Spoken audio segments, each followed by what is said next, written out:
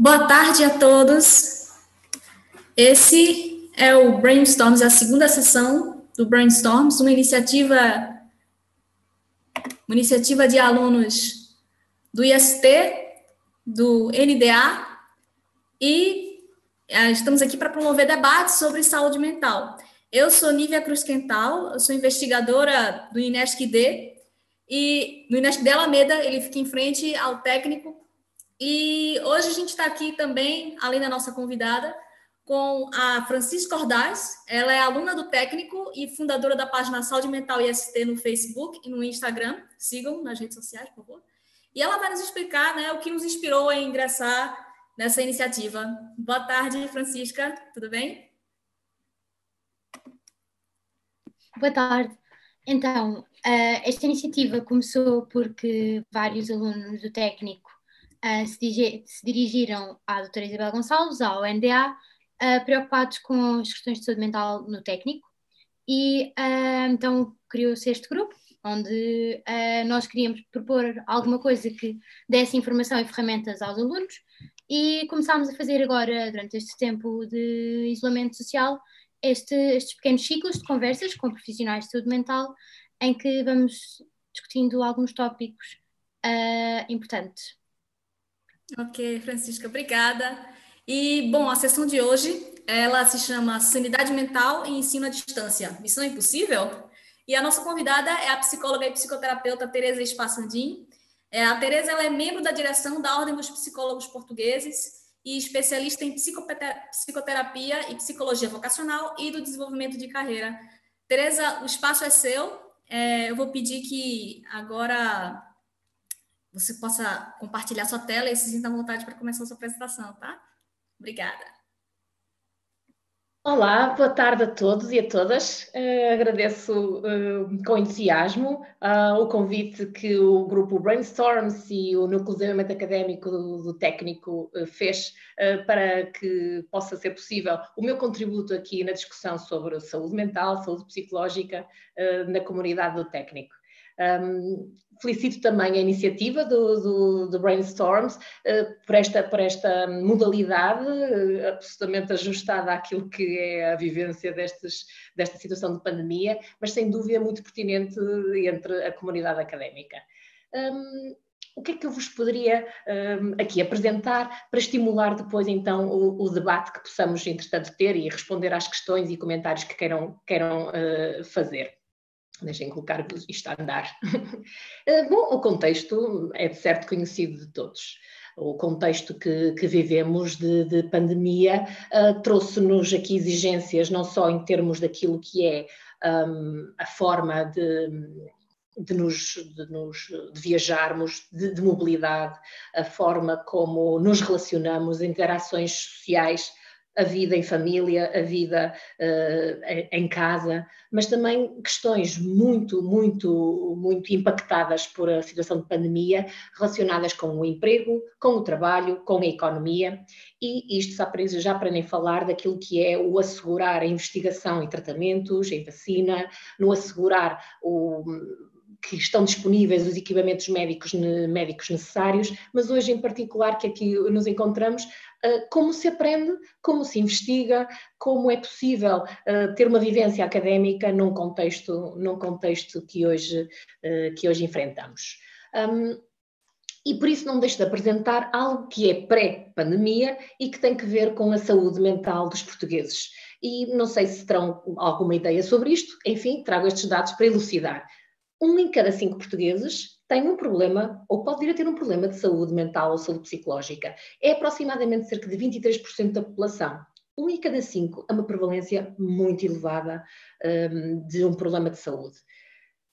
Em relação às perturbações de ansiedade, as perturbações mais comuns são as perturbações de ansiedade e de depressão, e no total elas representam para a ansiedade 16,6%, e de depressão ao nível dos 7,9%. Isto em toda a população portuguesa. Portanto, é algo que é frequente, é comum poder ter-se um problema de saúde psicológica e se calhar poderão concordar comigo que que ela continua a ser uma área, ou seja, a doença é cada vez mais conhecida, o adoecer, mas a saúde e formas de promover a saúde mental nem sempre estão tão disponíveis quanto seria indicado e no fundo, é a razão destes números que vos apresento. A situação da pandemia que vivemos não nos coloca só situações de segurança física, e, portanto, questões relativamente àquilo que é o não sermos contaminados ou não desenvolvermos a doença, ou não infectarmos outros e, portanto, em termos da população, mantermos-nos seguros. Um outro lado da pandemia tem que ver com aquilo que a proteção impacta nas pessoas.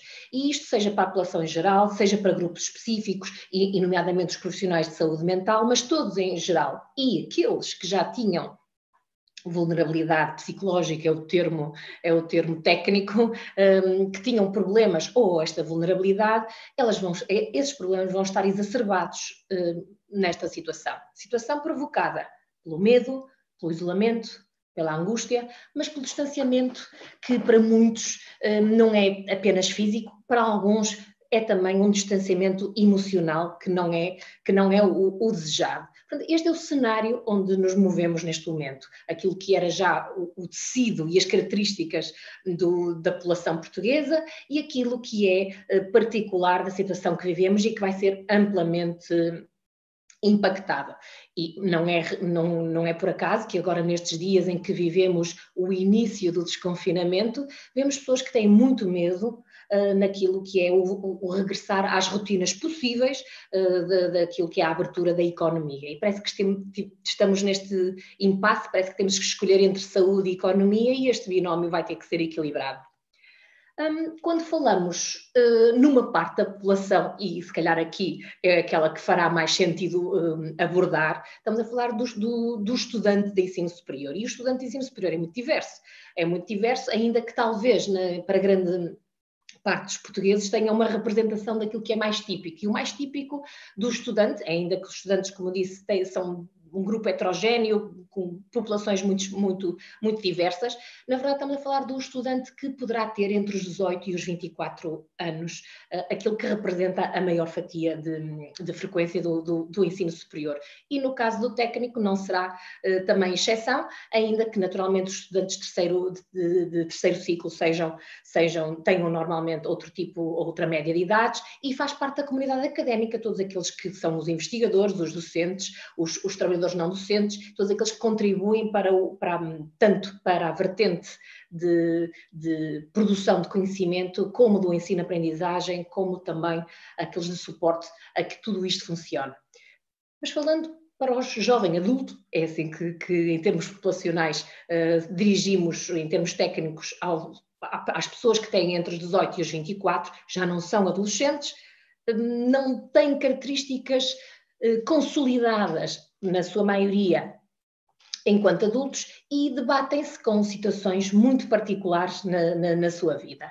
E estas situações em particular têm que ver com aquilo que também em termos técnicos é chamado por tarefas psicossociais. Bem, tarefas psicossociais é qualquer coisa que faz parte do desenvolvimento das pessoas, e neste caso dos jovens adultos, que são oportunidades para amadurecer certas dimensões que possam não ter ficado totalmente desenvolvidas durante a adolescência, ou que são uma oportunidade no momento, pelo tipo de vivências que têm, para adquirir, para aprofundar. E fazendo este percurso breve. Em relação ao indivíduo, em relação ao próprio, cada um dos jovens adultos, onde eu infelizmente já não me incluo, temos aqui uma das tarefas é a construção da identidade.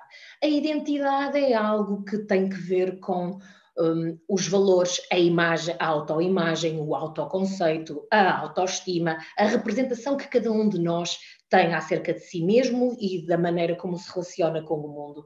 E essa é uma identidade, a construção de identidade de adulto é, pois, uma identidade que vai sendo feita num processo desde a adolescência. É uma altura em que os valores pessoais podem ser mais assumidos, e alguns deles poderão ser coincidentes com aqueles da família de origem, outros poderão não ser totalmente coincidentes, mas há um momento em que fica cada vez mais claro quais os valores para o próprio. Há um dos desafios que é a gestão emocional. Lembrar-se-ão, porventura, da adolescência, em que é tão facilmente caracterizada por problemas de mau humor, vamos lhe chamar assim, com dificuldades em conter a raiva ou gerir momentos de tristeza, pois este também é um momento que é um momento prolongado no tempo, podem ser alguns anos, não é igual para cada um. Esta vertente de adquirir uma capacidade de regular as emoções é próprio do adulto, e portanto o jovem adulto ainda se encontra a debater esta competência. Em termos familiares é também muito característico esta separação psicológica. O que é uma separação psicológica?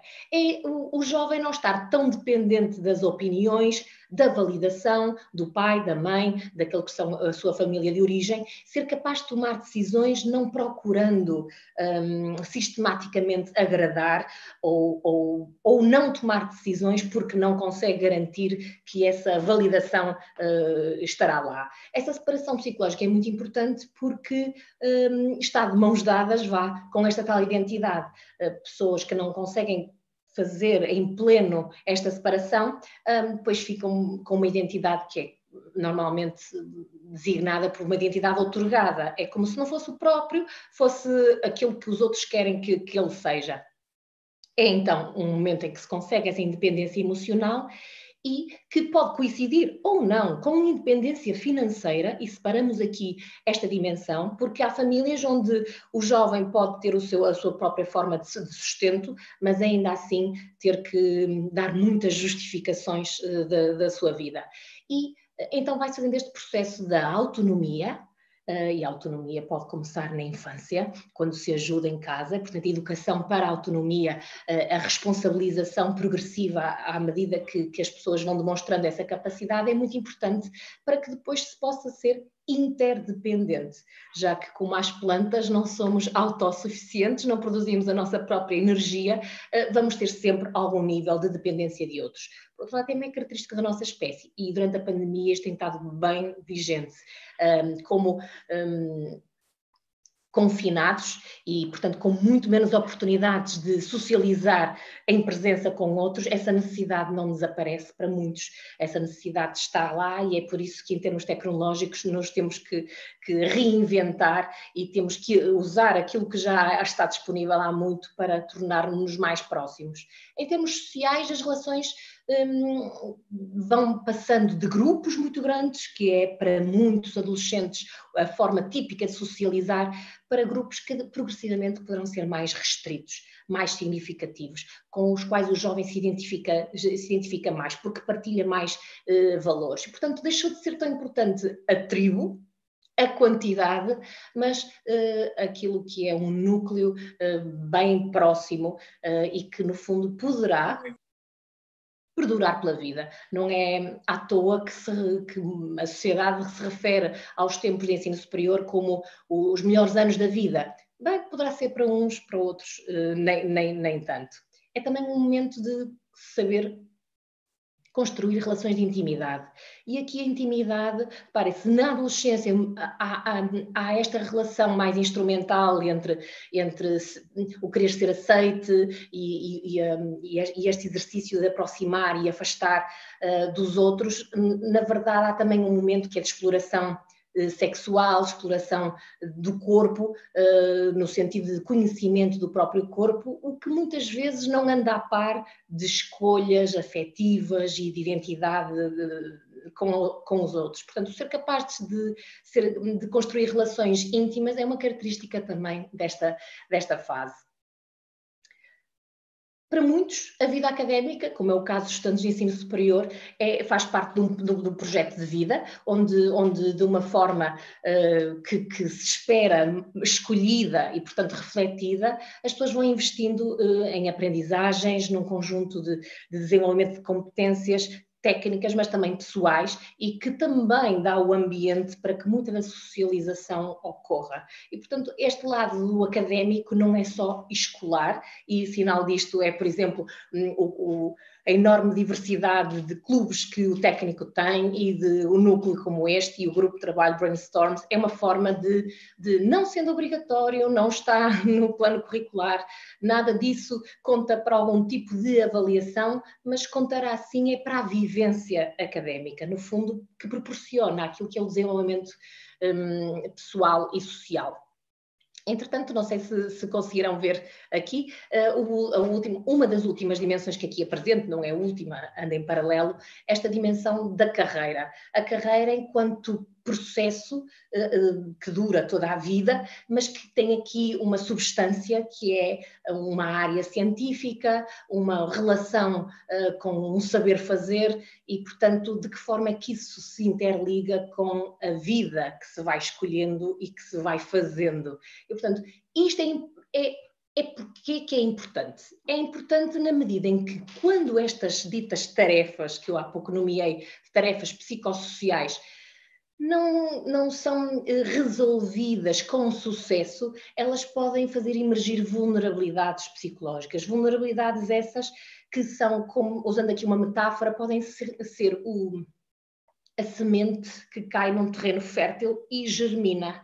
E, portanto, a melhor forma de promover a saúde psicológica e a saúde mental é, sem dúvida, ter um terreno o mais possível capaz de não fazer germinar aquilo que estamos todos sujeitos, que é problemas e acontecimentos de vida com impacto em nós. Portanto, isto são características importantes nesta faixa etária, exatamente porque é também na faixa etária entre os 18 e os 25 anos, 18 e 24, que surgem os maiores níveis de psicopatologia. Psicopatologia são problemas de saúde mental.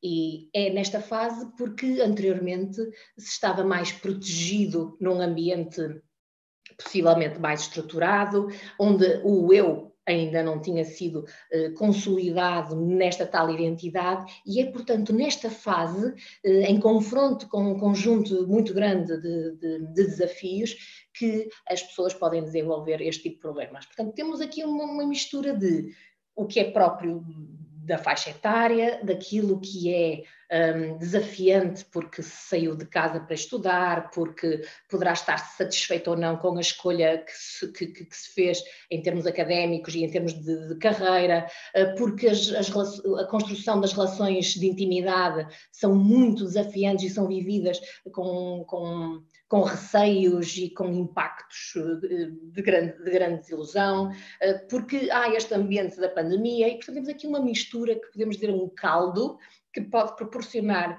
aos estudantes de ensino superior dificuldades acrescidas. Como referiste, é só para sintetizar, há aqui mudanças que acontecem não só quando se passa do ensino secundário para o ensino superior, mas também enquanto se lida com toda a vivência e com toda a liberdade que para muitos é acrescida a partir do momento em que começam a frequentar o ensino superior, mas também depois os momentos de transição, seja para segundos ciclos e novamente outras escolhas, seja a transição para o mercado de trabalho, com todas as incertezas e angústias que isso acarreta, em particular nesta altura. Imagino que muito em concreto para os estudantes que são finalistas e que noutra altura poderiam estar porventura a celebrar o fim desta etapa, neste momento se encontrem realmente muito preocupados relativamente àquilo que vai ser o futuro, nomeadamente o futuro do seu trabalho.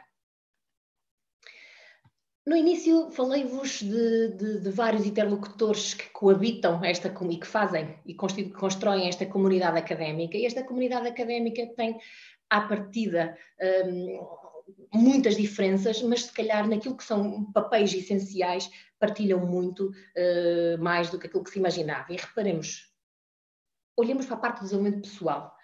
Os estudantes têm esta dimensão para desenvolver. O desenvolvimento das tais soft skills, as competências pessoais e sociais, as competências socioemocionais, mas isso não tem hora nem data marcada e, portanto, é um processo em contínuo, o que faz com que os docentes e os investigadores tenham na mesma de lidar com aspectos do seu desenvolvimento pessoal. mas os trabalhadores não docentes, que todos os dias também contribuem para este processo, também são pessoas e, portanto, também têm as suas próprias... os seus próprios desafios e com isso o enfoque no desenvolvimento pessoal. Portanto, temos aqui algo que é comum a toda a comunidade e que não é própria unicamente da faixa etária. Quando pensamos também na gestão pessoal de carreira, isso não cabe apenas aos estudantes, porque a gestão pessoal de carreira não é apenas algo que se relaciona com as tomadas de decisão em determinados momentos, é algo que tem que ver com o eu ser capaz de me rever na vida que estou a construir e estou a projetar e também na dimensão profissional, e isto acaba por ser comum aos diferentes interlocutores. Aqui a gestão, que na verdade é uma abstração, mas são pessoas, docentes e investigadores que adotam estas funções, têm que ser capazes realmente de traduzir aquilo que é em algo colocado na prática, uma visão, um plano e fazer a gestão estratégica no dia-a-dia, e isso requer, sem dúvida alguma, um desenvolvimento pessoal muitíssimo exigente. Colocava isto como um mantra. E depois temos a montra, mais em específico, daquilo que é a realidade de estudo, de aprendizagem, de trabalho de muitos milhões de portugueses nesta época de pandemia. E esta é uma das áreas mais difíceis, que é, se antes havia fronteiras mais delineadas entre os espaços de convívio familiar e os espaços de trabalho e os espaços de aprendizagem, porque havia espaços físicos mais dedicados a isso, e ainda que o teletrabalho não seja uma invenção da pandemia, na verdade ela era muito usada por poucos. E por muito trabalho cada vez mais virtual, trabalho remoto que os estudantes pudessem fazer, ainda continuavam a ter que ir à sua instituição, e neste caso a ir ao técnico para ter aulas, para fazer investigação, para conviver, para dedicar-se a outros projetos, e isso agora ficou interrompido e não sabemos exatamente por quanto tempo. Portanto, tivemos que nos reinventar. Isto coloca muitos desafios ao nosso bem-estar, à nossa saúde. E se podem ser óbvios os desafios que se colocam à nossa saúde por causa de estarmos fechados em casa, temos que nos lembrar que quem estuda, quem está envolvido num projeto de aprendizagem, isto traz desafios acrescidos, e é isto que vos queria aqui referir. Para dar aqui um bocadinho de pano de fundo àquilo que é a intervenção dos psicólogos e de que forma é que os psicólogos podem contribuir para a saúde e o bem-estar, nomeadamente dos estudantes de ensino superior, e a equipa no técnico é diversificada a este nível e com uma história bem antiga de intervenção, eu trazia aqui aquilo que é a teoria da autodeterminação. A teoria da autodeterminação é muito interessante e aplica-se em variados contextos, no contexto de trabalho, no contexto educativo, a nível pessoal. E chamava a atenção para isto, que é, quanto maior for a minha autodeterminação, maior o meu bem-estar. E o bem-estar está ligado à saúde. A saúde aqui como um todo, saúde física e mental. E o que é que mais contribui para que eu seja mais autodeterminado e, portanto, tenha maior bem-estar? O meu nível de autonomia. E relembro que a diferença entre autonomia e independência. O ser independente é o poder fazer sozinho, podê-lo fazer sem ter que me relacionar com mais ninguém. A autonomia é ser capaz de fazer algo, está relacionado com a autoeficácia, o quão eu acredito que sou capaz de realizar uma determinada tarefa. Temos então a autonomia, mas temos a competência. Eu tenho que ser capaz. E, por outro lado, é próprio da espécie, é próprio dos indivíduos a necessidade de relacionamento. E aqui entram vários fatores que podem contribuir para isto e impactam aquilo que é a motivação. Enquanto estudantes, e os docentes também deverão ter esta ideia bem próxima de si no dia-a-dia, que isto é um contínuo. Pode ser, ninguém é ou motivado ou desmotivado. depende de que é que estamos a referir, não temos sempre motivação para tudo, e também não temos só um tipo de motivação, e daí destaco a motivação extrínseca e a motivação intrínseca. E como é que isso se relaciona com a autodeterminação? Quanto mais eu for autónomo, competente, tiver níveis de suporte social que são significativos, mais serei capaz de realizar as tarefas do dia a dia, os projetos em que me envolvo, com uma motivação que é entendida como a motivação ideal. A ideal não no sentido do utópica, mas a intrínseca. Aquela que não está dependendo do que é que acontece fora de mim. Aquela que acontece dentro de mim, a partir de mim, e não porque há um benefício, uma mais-valia, um reconhecimento, algo externo. E por isso é que esta motivação é tão importante, porque ela está relacionada com estes fatores que referi e que são os tais promotores de saúde e de bem-estar. Portanto, quando num contexto educativo, num contexto de ciência, estão envolvidos vários intervenientes, a melhor forma de, paralelamente ao assunto específico, científico, ou ao conhecimento, à técnica, a melhor forma de desenvolver isso é perceber que, apoiando os processos de autonomia, seja de estudantes, seja de pares docentes, seja de colegas de trabalho, eu dando os mecanismos, oferecendo, disponibilizando os mecanismos que apoiam a competência, que é o próprio sentir-se progressivamente capaz. E isso é feito através da formação, de aulas tutoriais, aulas mais centradas naquilo que são a resolução de problemas e de projetos, mas também do acesso ao conhecimento no geral, ainda que a competência não seja um conhecimento, uma competência não se desenvolve nos livros. E, ao mesmo tempo, a qualidade das relações é elevada, portanto, um ambiente que é inclusivo, um ambiente que apoia, portanto, a diversidade, que é uma das bandeiras que o ensino superior tem. Quando eu invisto nesta tal qualidade do ambiente, o clima, neste caso o clima do técnico, seja proporcionador de uma maior autodeterminação e, sem dúvida, vai proporcionar maiores níveis de motivação intrínseca. Passando para as estratégias, para que tenhamos tempo de debater e de responder às vossas questões e comentários. Em termos de estratégias para promover a saúde e o bem-estar, é importante entender que não é apenas através da intervenção direta de um psicólogo que se obtém saúde. Todos nós temos um papel, e daí a questão da autodeterminação, de sermos capazes de garantir ou de proteger os fatores que aumentam a nossa saúde. E isso começa desde logo por reduzirmos fatores que nos provocam stress. E o stress pode ser positivo, desde que esteja também ele confinado, ou seja, que sejam em doses pequenas e por pouco tempo. Quando o stress é prolongado, quando estamos debaixo de stress prolongado, isto tem efeitos muito adversos na nossa saúde física e psicológica. O cortisol libertado é terrível a longo prazo.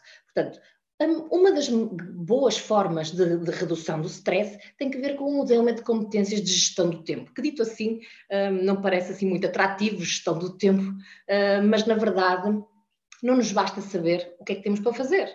A maior parte dos adultos costuma saber o que é que tem para fazer, o que é esperado deles, mas já nem tantos sabem o que é que querem eles próprios atingir. Daí que seja importante falarmos de ter objetivos SMART. Os objetivos SMART são objetivos que não são desejos de ano novo, não são formulações que por uns instantes nos passam pelo pensamento, são antes objetivos que, da maneira como estão delineados, aumentam a nossa oportunidade de os atingir. E isso significa que têm que ser bem específicos, que nós possamos medir, que sejam mensuráveis, que seja possível atingi-los, que não sejam irrealistas, que sejam relevantes para nós. E aqui entram dimensões, por exemplo, quando um estudante não está muito comprometido com o seu curso, não era aquilo que gostava de fazer naquele momento, se calhar preferia estar a viajar naquele momento, mas porque os pais querem que esse jovem estude, nós começamos a ter problemas ao nível não só, como vimos anteriormente, da motivação intrínseca, que é pouca para o curso, como na verdade vai ser muito difícil envolver-se. E porque muitas do desenvolvimento de conhecimento e aprendizagens implicam trabalho e algum sacrifício, vai ser difícil haver este investimento e que seja possível ser balizado no tempo. Portanto, isto são objetivos que parece evidente que cada um de nós saberá, sim, objetivos SMART, de acordo, mas se calhar muito poucos terão o realismo de os definir e de ver quais as condições que têm para os atingir.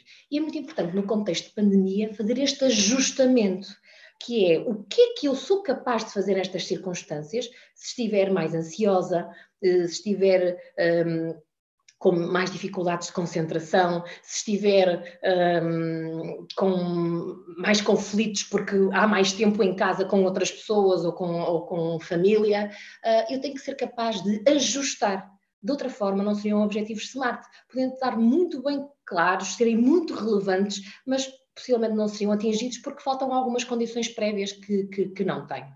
É muito importante aqui, para manter a dita saúde psicológica, sermos capazes de reconhecer os nossos próprios limites. E é algo que muitas vezes é difícil, principalmente para quem é mais jovem, em que a maior parte das tarefas em que se tenha envolvido quase sempre tem que ver com algum entusiasmo e alguma dedicação, e consegue-se, e não basta o pensamento mágico. É preciso ver realmente quais são as nossas capacidades num determinado momento, e é natural que nesta fase as nossas capacidades não sejam as mesmas do que há 2 meses atrás. Depois, algo que também é muito difícil e muitas vezes implica aqui alguma coragem, e vou usar o termo coragem, é a gestão das distrações. O computador, o tablet, o telemóvel, pode ser o mesmo local onde trabalhamos, o mesmo local onde socializamos, o mesmo local onde jogamos, é muita coisa ao mesmo tempo que não nos facilita a vida. E muitas vezes, por muito entendimento que haja de que o ser multitask é uma coisa muito atrativa, na verdade ela é o máximo da ineficácia. Podemos não notar, porque podemos estar habituados a ela, mas na verdade sempre que estamos com várias tarefas ditas ao mesmo tempo, nunca estamos com tarefas ao mesmo tempo. Nós estamos com uma tarefa ao mesmo tempo, mas depois mudamos muito rapidamente de foco para passar para outra. E este shifting implica um esforço acrescido. Portanto, há aqui, quando essa mudança de tarefa e de atenção tem que ver com distrações que não gerimos, é como se nos estivéssemos a sabotar permanentemente nos nossos esforços para atingir o trabalho que queremos desenvolver. Neste contexto, é ainda mais relevante sermos capazes de pedir ajuda.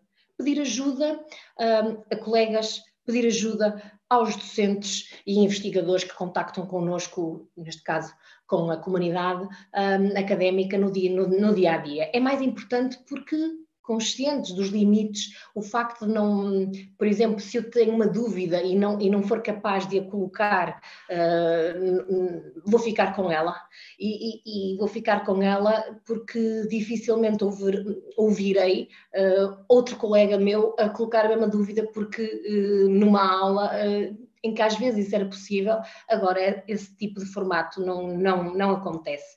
E a participação em aulas virtuais é como se intencionalizasse mais.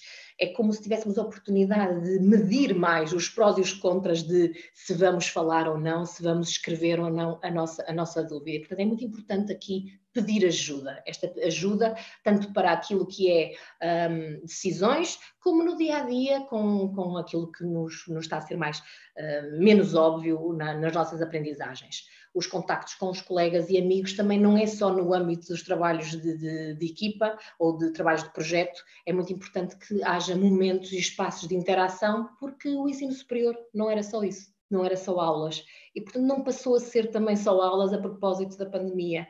Então é muito importante haver estes espaços virtuais que exigem mais criatividade, que exigem mais intencionalidade para haver esta socialização. Já não se vão cruzar uns pelos outros nos corredores e portanto, ficará mais difícil combinar coisas se não se tiver essa iniciativa. Quando há pouco falei dos limites, reconhecer os nossos próprios limites, pois bem, isso traduz-se depois numa ação. Eu reconheço limites, mas depois tenho que agir como evidência desse reconhecimento. E aqui o agir é o fazer pausas, é o equilibrar aqui tempos de estudo, de trabalho de projeto e atividade mais dedicada à aprendizagem, com momentos em que não estou a fazer nada disto. E uma das melhores formas de garantir que isto acontece, sem ser por fuga, sem ser por deslize, sem ser por distração, é que se planeie que haja mesmo estes espaços e tempos próprios para se descansar, para brincar, para jogar, para dormir, enfim, haver estes momentos. As chamadas medidas de autocuidado. O autocuidado conseguem ser um conjunto variado de estratégias, que vamos ver em seguida, antes de abrir para debate, formas que cada um encontrará e identificar-se-á mais com umas do que com outras, que tenham um impacto no bem-estar. E, por exemplo, por muito que uma pessoa possa gostar de programar, se só programar, já poderá não ser tão bom programador, na medida em que não está a reconhecer os seus limites biológicos de atenção, mas também não está a atender a necessidades emocionais que possam ter, que por outra via seriam satisfeitas. Portanto, é importante encontrar aqui momentos em que se diverge as atividades e que haja outros pontos de interesse e não só um mono-interesse.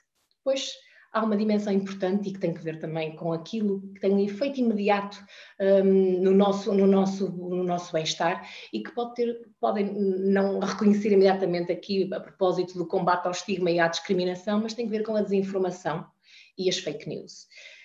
Elas estão muitas vezes ao serviço da estigmatização e de ambientes não inclusivos. Também é verdade que estar muito, muito exposto a momentos informativos e a acompanhar todos os indicadores relacionados com a Covid não dará maior bem-estar. Portanto, limitar os momentos em que se está exposto a notícias, e isso pode ser uma vez por dia, no máximo 2 vezes por dia, e em sítios que sejam fidedignos, que tragam informação fidedigna e não uma qualquer vinculada por pessoas que até possa gostar e que por isso tem esse impacto em mim. Uma das melhores formas de conseguir encontrar a tal motivação intrínseca que traz bem-estar é o encontrar significado para o que se está a fazer. Porquê é que eu estou a estudar esta matéria? Para que é que isto serve? De que forma é que isto me pode vir a ser útil? De que tipo de profissional no futuro eu quero vir a ser e de que maneira é que isso se interliga com aquilo que eu estou a aprender? Portanto, quando falamos aqui de atribuir significado e recuperar propósito, é porque isso nos dá um sentido que nos ajuda a canalizar os esforços e a gerir os esforços. E, por fim, aquilo que poderão ser recomendações aqui de especialista para a comunidade académica. E se eu puder destacar aqui 3, rapidamente verão que estão salientadas já no PowerPoint. Sono. Os portugueses são aqueles que mais atravessam as horas de sono. E o sono é uma necessidade biológica incontornável.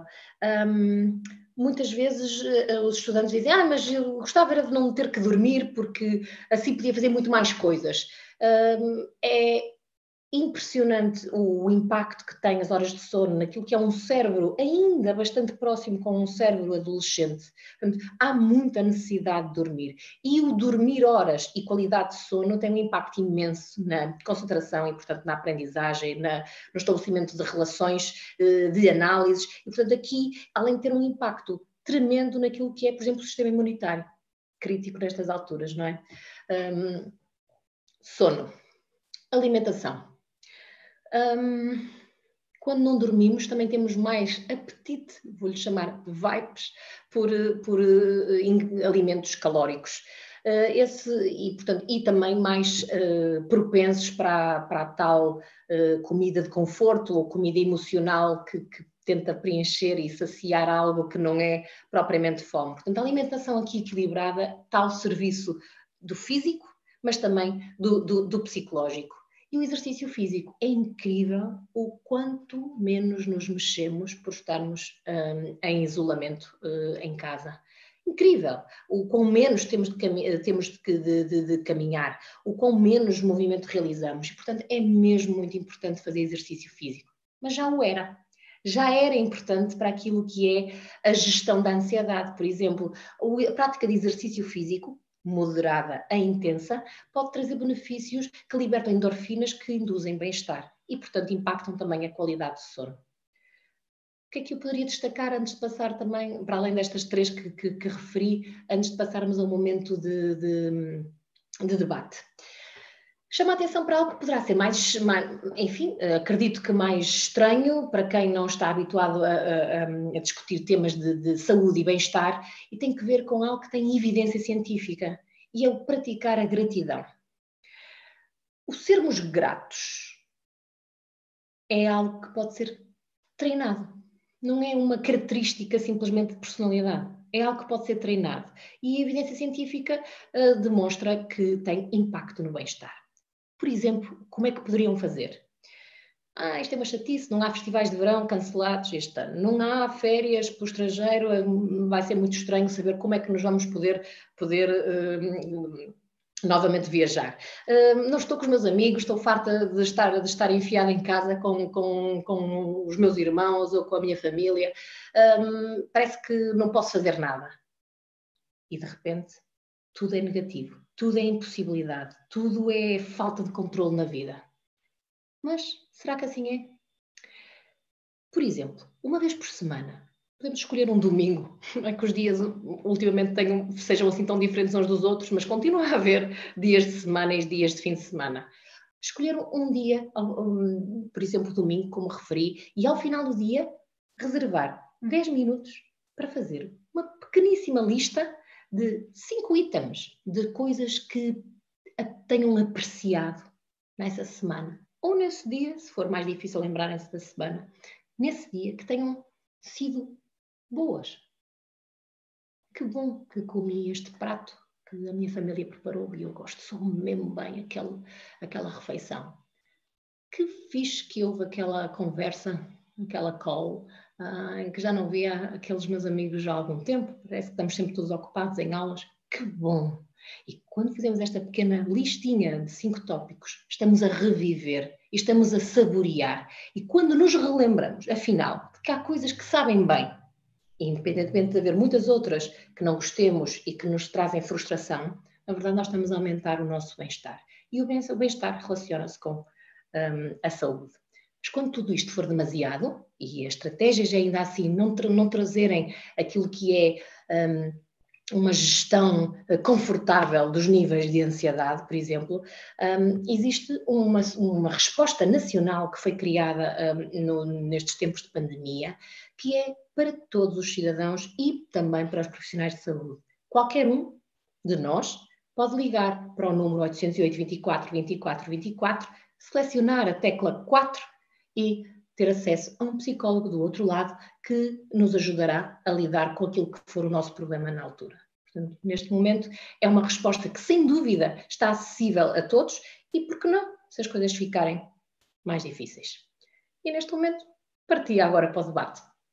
Obrigada. Muito obrigada, Teresa, pela sua explanação. Vou aqui ligar o meu vídeo para a gente poder conversar. Pronto.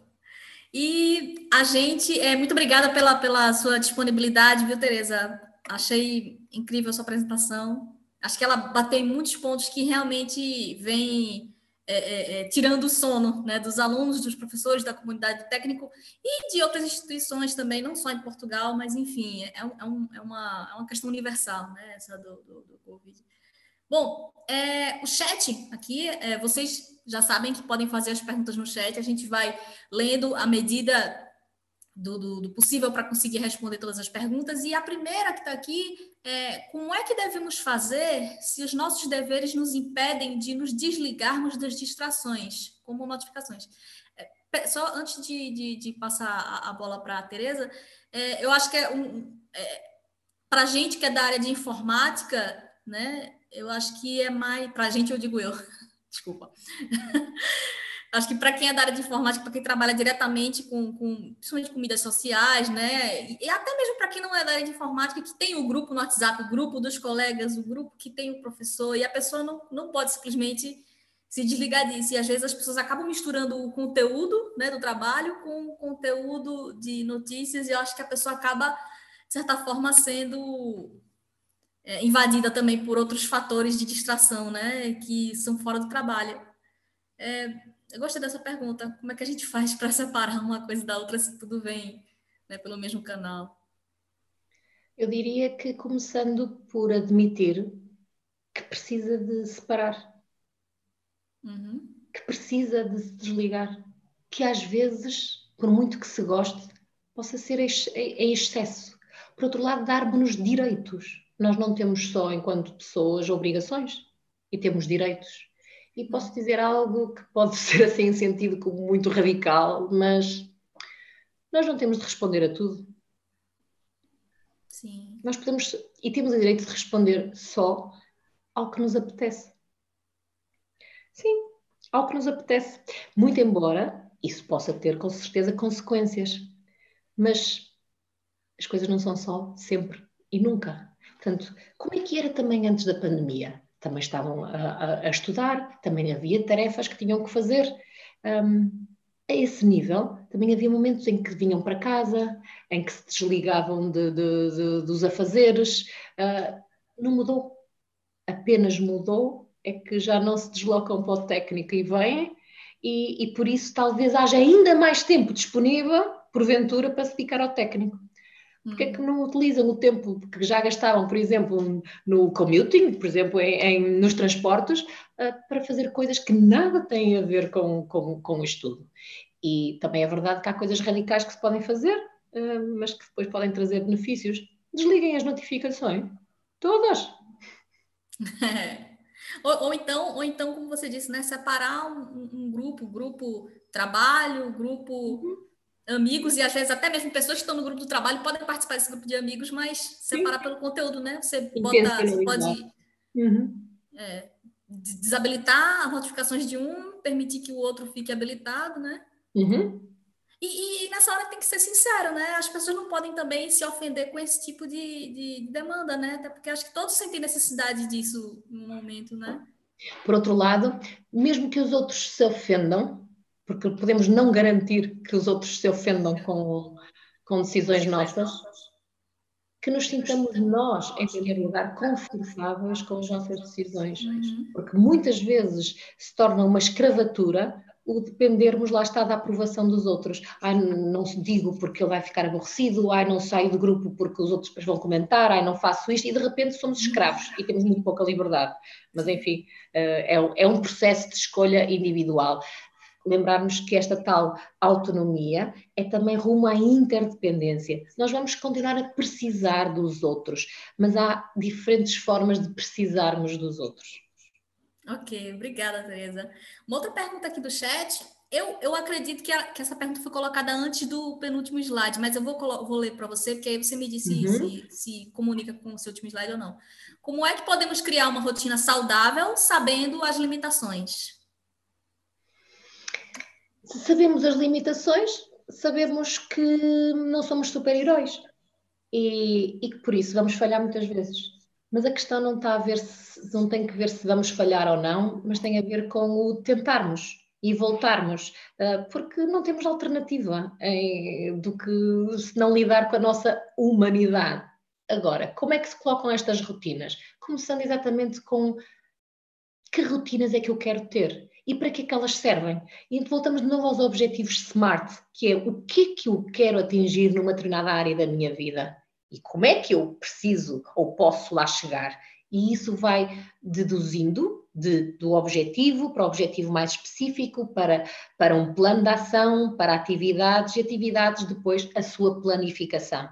Quando pensamos desta forma, sabemos que quando eu estou a fazer essa dita tarefa ou atividade, eu estou a trabalhar para algo que quero muito. E por isso essas ditas rotinas no dia a dia terão um significado.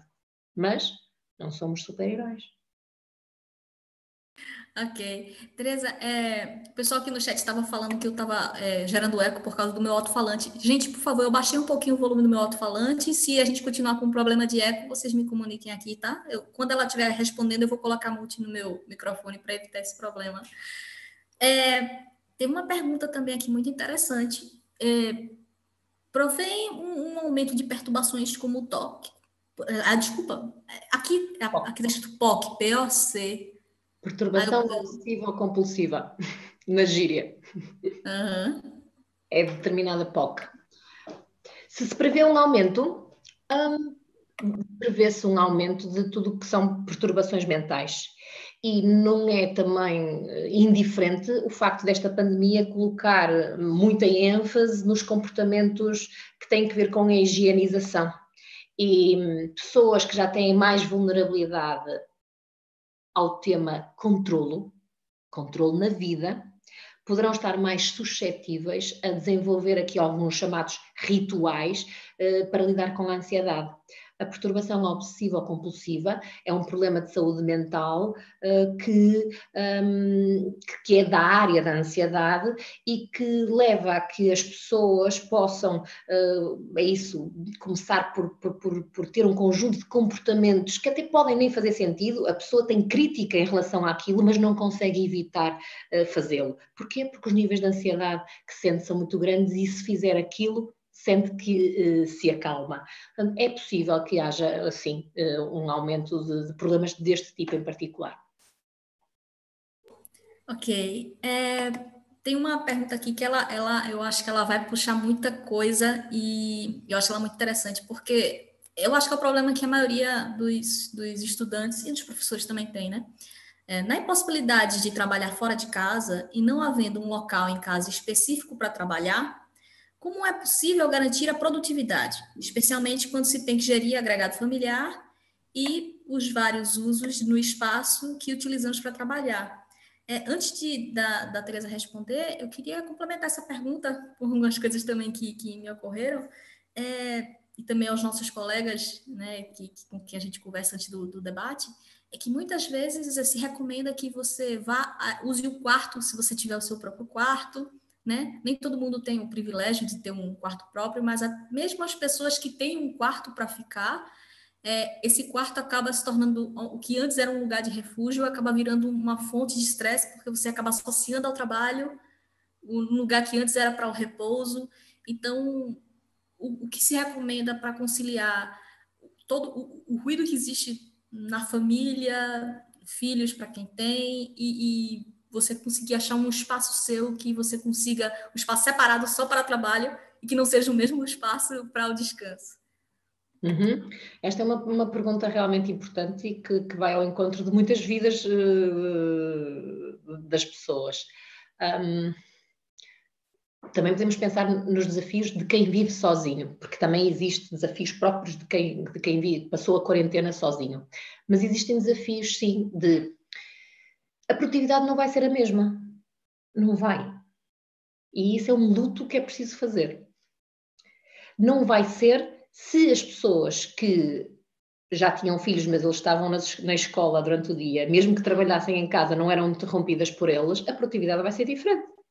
Não é pelo facto de ter filhos, é o facto dos filhos não terem agora um momento em que estavam fora do espaço físico da casa. Eles estão dentro de casa e precisam de acompanhamento para ajudar a gerir também as atividades letivas deles e, portanto, basta isto para tudo mudar. Há pessoas que contavam no seu dia-a-dia com ajudas domésticas, pessoas que ajudam lá em casa, que trabalhavam lá em casa para ajudar a cuidar da casa. Muitas dessas pessoas deixaram de ter essas ajudas. Portanto, temos os filhos que estão em casa, temos as ajudas profissionais que desapareceram. muitas pessoas também têm que cuidar de outras, de pessoas idosas que têm o seu encargo, pessoas mais velhas que que estão dependentes deles. A produtividade não é igual. Agora, partindo disto, é possível aceitar que há coisas que podemos fazer, muito embora não seja igual. E sim, se as recomendações prévias anteriores era que o espaço de trabalho / estudo fosse diferente do espaço onde se dorme, na verdade, neste momento, o ideal é que o sítio onde se dorme não seja o sítio onde se estuda, ou seja, a cama. Se não há outro espaço para se trabalhar e estudar, que pelo menos haja um cantinho, uma mesa pequenina, voltada para uma parede, para um recanto, para um nicho da casa, em que, ainda que eu não consiga isolar-me em termos de privacidade total, eu sinto que esse cantinho da casa é meu. Com os fones, isola um pouco, não é? Escolhendo, quando se está em sessões, fundos neutros que permitam também resguardar a privacidade das pessoas que estão em casa para fora, é importante. Mas esse tal cantinho, porque nem todos têm essas ditas condições para terem um espaço de trabalho e estudo específico seu, podem ser, neste momento de pandemia, já significativo, que é, bom, não estou na mesa da cozinha, não estou deitada na cama a trabalhar, e essa é a separação possível, que é o sítio onde eu tenho as minhas refeições, não seja o sítio onde eu durmo, que não seja o sítio onde eu trabalho. Este é o possível. E sim, reafirmar que algumas pessoas referem que a produtividade delas aumentou.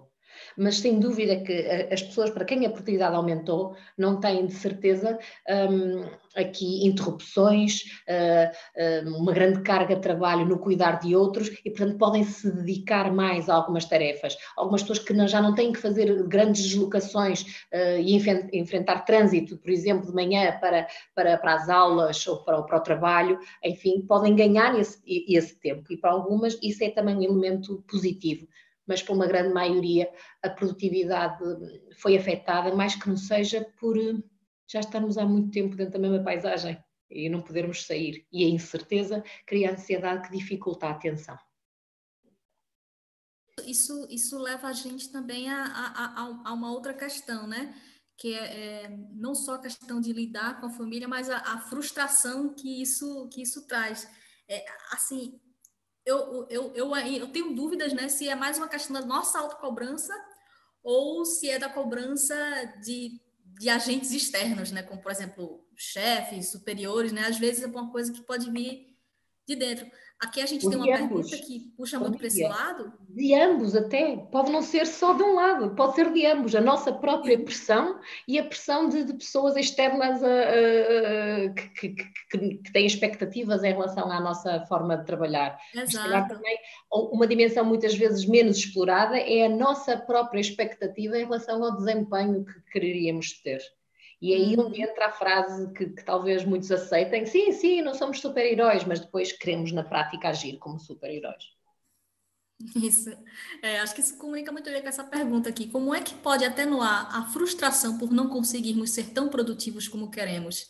E aí eu queria te perguntar, Teresa, você acha que isso pode ter a ver com uma coisa que é muito frequente, acho que na área de tecnologia, especialmente com nós mulheres, assim, a síndrome do impostor, da gente achar que nunca tá bom o suficiente e que quando chega nesse momento de pandemia, isso se potencializa mais ainda?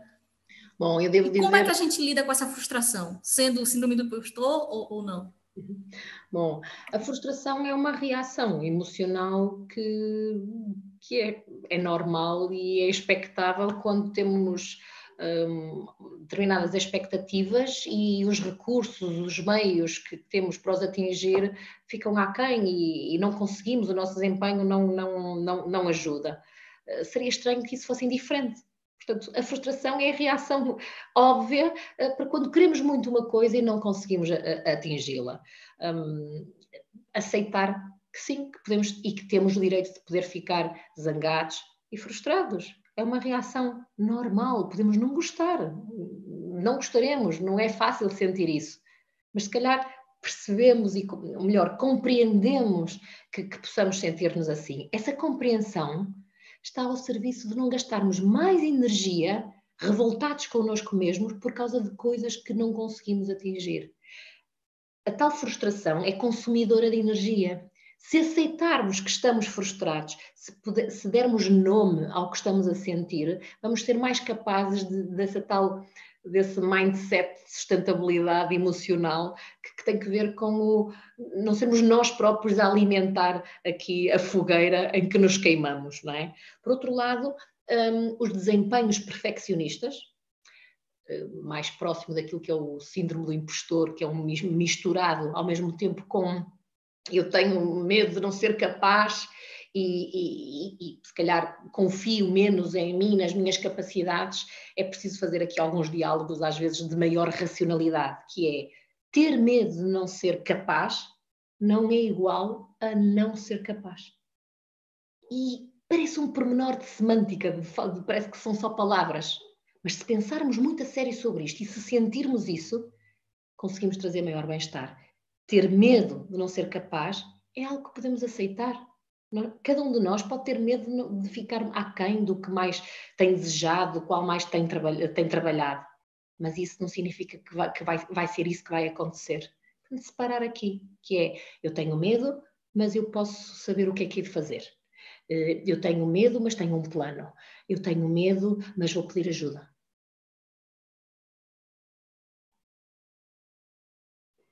Esqueci de tirar o mudo. Não ceder ao desespero, não é?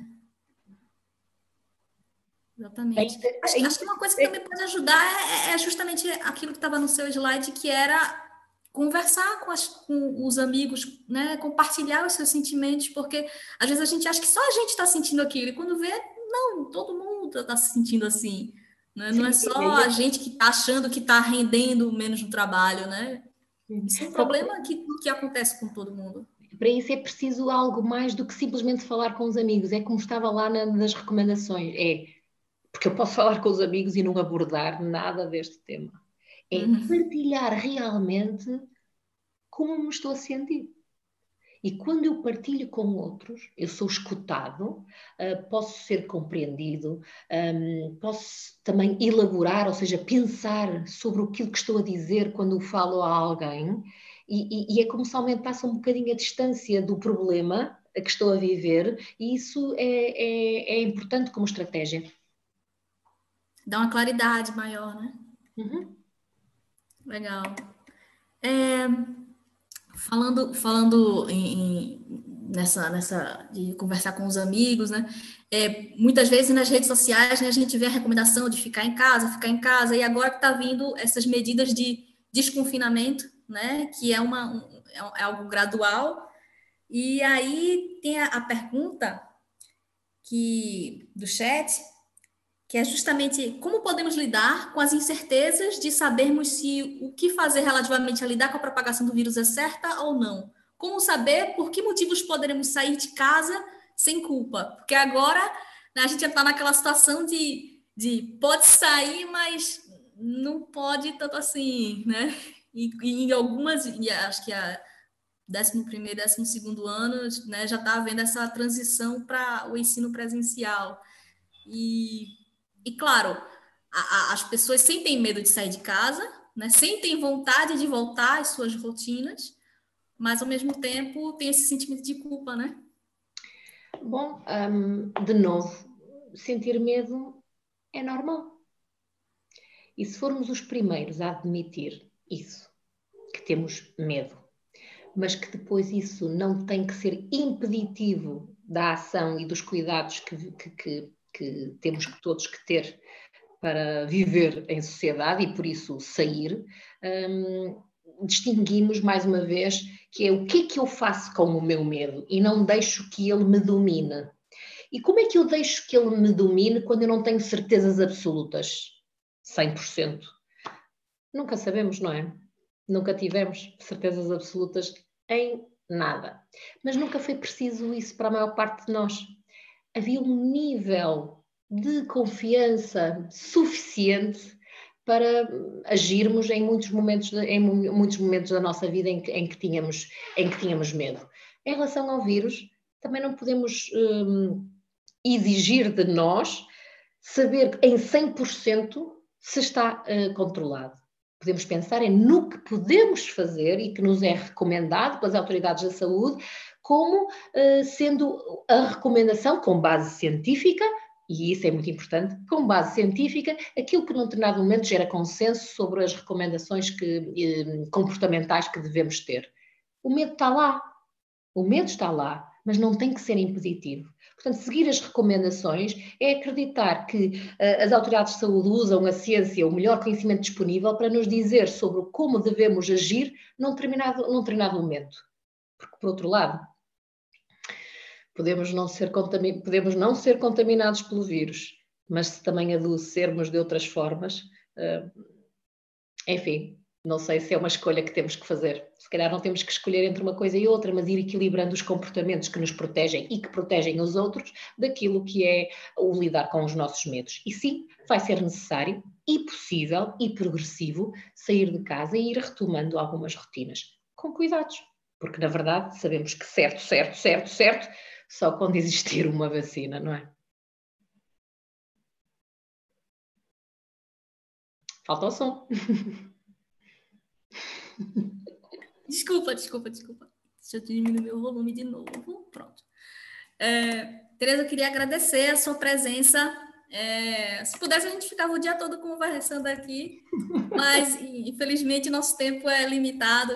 E eu queria aproveitar para agradecer a sua presença, aproveitar para agradecer a presença de todo mundo que veio.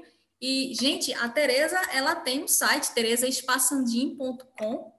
Eu vou colocar aqui no chat para vocês, para quem quiser conhecer um pouco mais do trabalho dela. Nívia, mas se calhar aproveitava só um momento para divulgar algo que pode ser útil para todos, que tem que ver no site da Ordem dos Psicólogos. Tem um site dedicado à Covid e que tem lá todos os recursos de documentos com linguagem simplificada, vídeos, materiais que podem usar para diferentes populações e diferentes problemas para lidar com a Covid. Chama a atenção para isso porque são recursos interessantes para todos. Ok, Tereza, muito obrigada. E eu só vou te fazer um último pedido. Pode compartilhar com a gente de novo aquele último slide que tem as recomendações, aqueles quadrinhos. Ok. Quem quiser tirar um screenshot nesse momento, porque eu acho que aquele slide foi bem emblemático. Vou fazer isso no instante.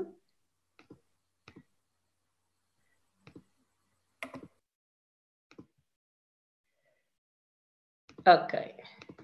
Esse slide ele resume bem a sua apresentação, né? Então, gente, quem estiver olhando e gostou da lista de estratégias que a Tereza passou para nós, tira uma foto da tela e é isso. Ok, Tereza, acho que a gente já pode tirar o compartilhamento. Ok. Pronto, obrigada, Tereza, mais uma vez.